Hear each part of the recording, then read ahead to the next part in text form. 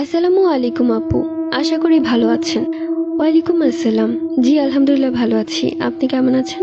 তো যাই হোক, অনেকদিন ধরেই ভাবছিলাম আপনাকে একটি গল্প লিখে পাঠাবো, কিন্তু সময়ের অভাবে আর লিখে পাঠানো হচ্ছিল না।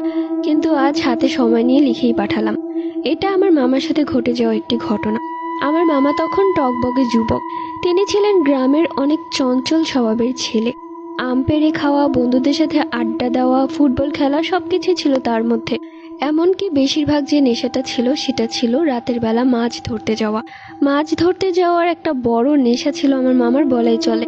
তো একদিন আমার মামা তার বন্ধুদের সাথে কথা বলছিল একটি তেঁতুল গাছের নিচে দাঁড়িয়ে। তখন আমার মামা বলল যে আজ রাতে মাছ ধরতে যাব সবাই মিলে।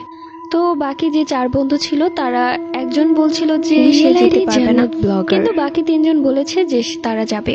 তো মামা ঠিক করলেন যে ঠিক আছে, চারজনই যাবে।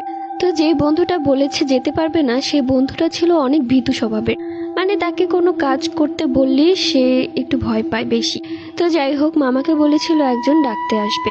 তো রাত 11টার দিকে মামা খাওয়া দাওয়া করে বসে বসে ফোন টিপছে। 11টা থেকে 12টা বেজে গেল, কিন্তু তার বন্ধু কেউ আসলো না তাকে ডাক দিতে। তো মামা ঠিক করলেন যে সেই যাবে তার কোনো এক বন্ধুর বাড়িতে। তো মামা রওনা দিলেন। মামার হাতে ছিল ঝুড়ি, জাল, সেই সাথে একটা টর্চ লাইটও ছিল।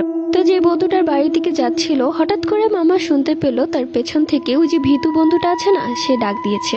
তো মামা একটু অবাক হলো এবং পেছন ঘুরে তাকিয়ে দেখলো ভীতু বন্ধুটা তার দিকেই আসছে।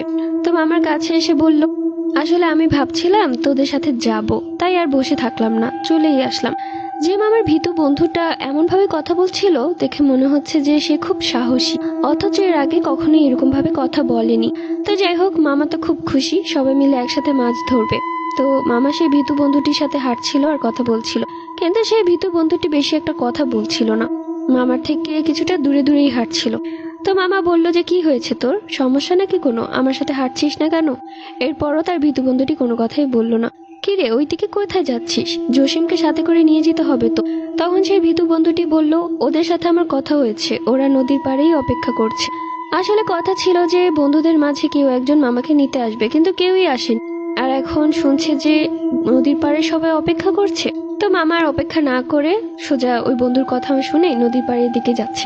তো কিছু দূর যাওয়ার পর মামার কেন যেন মনে হচ্ছে যে পেছন থেকে কেউ একজন আসছে। তো মামা কিছু একটা মনে করে পেছনে তাকিয়েছিল। এরপর তিনি যা দেখলেন যে তার ভীতু বন্ধুটি ছিল সে আকারে অনেক বড় হয়ে গেছে, কিছুটা দৈত্যের মতো, মুখ থেকে লালা পড়ছে, মামার পেছন পেছন আসছে।